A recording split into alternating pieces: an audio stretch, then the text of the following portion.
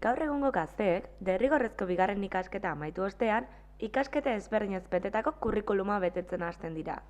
Eta bai, lehen sektorean, lan egin nahi duten gaztek ere bidea hau hartzen dute.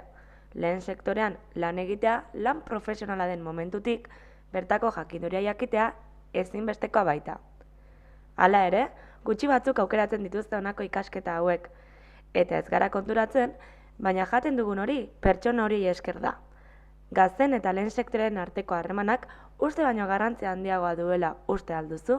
Orain, zuen txanda da. Zer egin behar duzue? Gaia ulertu. Gazteen eta lehen sektorearen arteko erlazioari buruz hitz egin beharko da. Entrega gaian, gaia gehiago sakontzen da. Influencer mota zehaztu.